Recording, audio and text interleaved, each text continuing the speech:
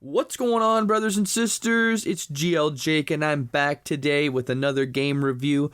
Today we're going to look at Dredge. This is going to be a bit of a quick one, and I kind of sound like ass, so I apologize for that, because I feel like ass, and it's 5 in the morning, but we're just gonna do this, alright? So let's get started. Alright, so Dredge is a game that on the surface appears to be a cute fishing game with some scary stuff happening at night. And to a degree, this is pretty much true, but there is a little bit more depth to this game than meets the eye at your first glance. If, like me, you've been waiting for a mostly chill fishing game, something cool, you just kind of catch some fish, Dredge, unfortunately, isn't going to be what you've been looking for. But I still think it's a great indie title with a lot to offer you. So while Dredge fundamentally isn't just a normal fishing game, you will find yourself doing a lot of fishing in it, obviously. The premise is pretty simple. You're a fisherman who washed ashore into a fishing town that has something a little bit weird going on. You're given a new boat by the town's mayor, and you're back on the water catching fish to sell. The game has you working for this mysterious figure who wants you to help them find relics that are scattered around the map. And Dredge tells a pretty simple Lovecraftian horror story. I didn't find that it was anything super unique. I won't go into this too deep because I don't want to spoil anything, but I would just say don't expect anything groundbreaking here from the story. It's still an enjoyable narrative. You fill the role of an outsider who, like I said, just kind of arrived unexpectedly into this city. You'll meet a lot of interesting characters who, of course, are just going to say, hey, the water's scary, man. There's some crap out there. Don't go out there. But of course, the mysterious figure I mentioned earlier is going to coerce you to going out to bat for him. And you're going to go collect some stuff in the water for this guy. And it's probably going to be kind of creepy. So Dredge's map is separated into 5 different sections, which each feature its own distinct archipelago with unique things to see and fish to catch. They each have their own dangers to avoid too, and these dangers range from an area being just a little bit difficult to navigate to whatever this thing is. That's like the Sarlacc, bruh. Ain't no way I'm getting on. What the fuck? There's a ton of different unique and terrifying creatures to be on the lookout for, and as you complete more tasks for the mysterious figure I mentioned earlier, you're going to uncover more of this world's secrets and discover deeper and more dreadful stuff. I don't want to dive too deep into the specifics on this because I really don't want to spoil anything for you if you decide to go ahead and play this game, but this is one of those games that are going to provide you with plenty of what the fuck is that moments. What the fuck? This game has a really great and distinct art style, and it helps build this really remarkable atmosphere. During the day, it's pleasant and peaceful for the most part, as long as you don't stray too far off the edge of the map. At night, everything goes to hell and you start to slowly lose your mind, kind of like a classic horror game sanity system. And if you let this go for too long, you'll start to hallucinate, which makes boating at night even more scary than it already is. Overall, I really enjoyed the world that the devs built for this game. I do wish that they leaned a little bit more into making this game scary. I'll get more into that in a little bit, but I just felt like this game had a ton of unused potential to use horror to its advantage. Although this game handles most of its mechanics really well, I just feel like the game didn't go hard enough in a specific direction, and it leaves the game feeling a little bit confused about what its identity is supposed to be.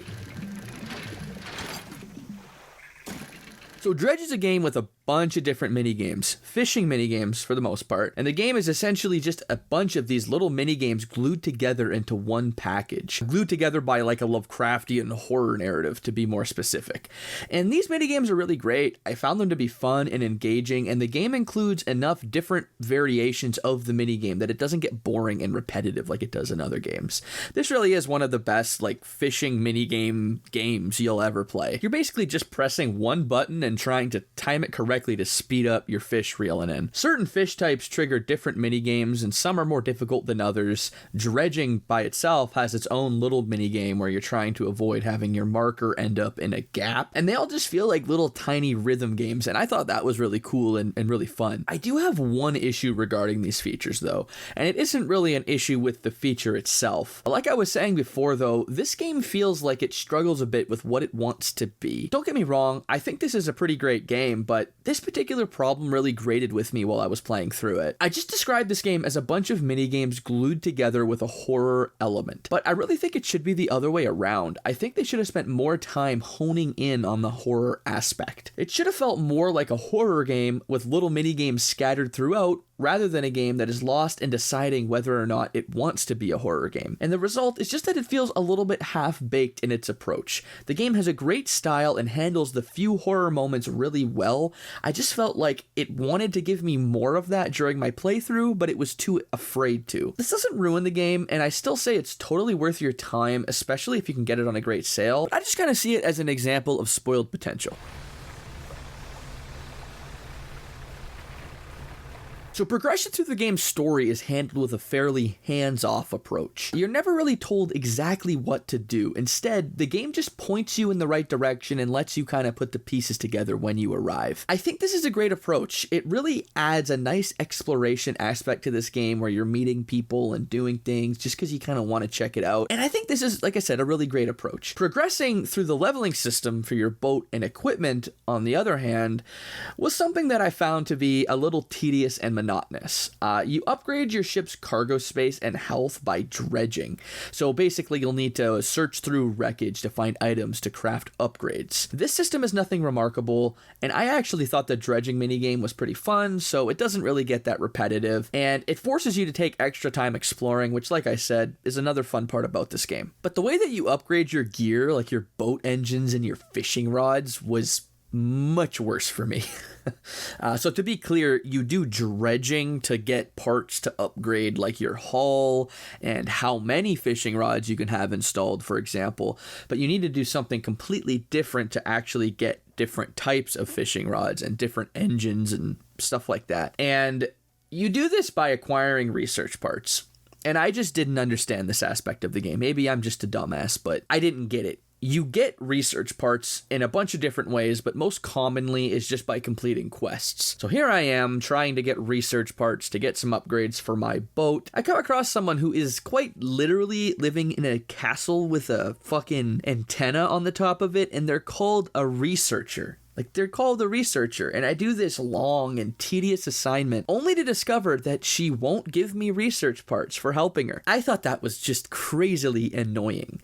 And the thing is, this game doesn't tell you what quest rewards are going to be before you accept the quest. So you kind of just need to test your luck to do something as simple as just upgrading your ship or getting a better fishing rod. Apparently, the traveling merchant, who you can find almost anywhere in the map, sells you these parts, but I didn't see them in her inventory any of the times that I talked to her. But ultimately, none of this really ended up mattering that much because I didn't feel like the game was pushing me hard enough to make going through this hassle to get these upgrades worth my time. I could see focusing on this aspect of the game more if you're like a completionist or if you're playing through the game a couple of times and you want to try a different build. But for me, I didn't really need them to do almost anything in the game anyway, which is a problem all by itself. This game doesn't do enough to create a challenging experience, and it goes against the grain of the horror vibe that this game is supposed to be giving off. I guess if nothing else, I'm at least glad that I didn't feel prohibited by the lackluster execution of these systems, but I just wish this whole aspect of the game was a little bit more fleshed out. I will make a quick note about the game's performance. As you would probably expect, I didn't run into any real issues with this game. I found that there was a little bit of lag going in and out of menus,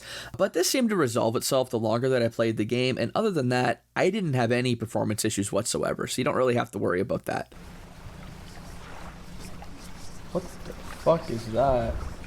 So overall, I would recommend having Dredge in your backlog. Have it in your wish list and keep an eye out for a sale. I would be hesitant to recommend this game at full price unless you really like this type of game. The game retails at $24.99 and you can expect probably to get 10 to 15 hours out of it in one playthrough.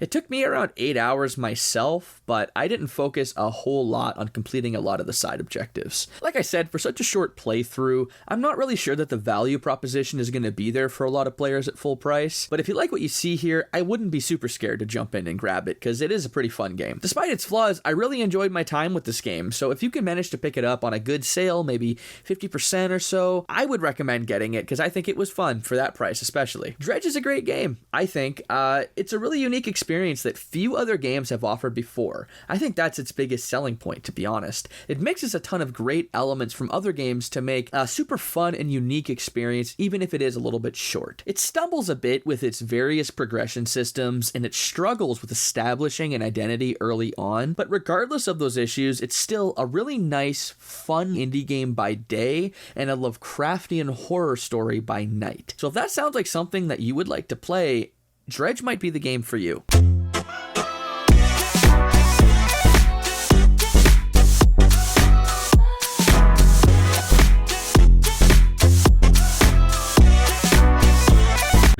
Big chungus, big chungus, big chungus, big chungus, big chungus, big chungus, big chungus, big chungus, big chungus.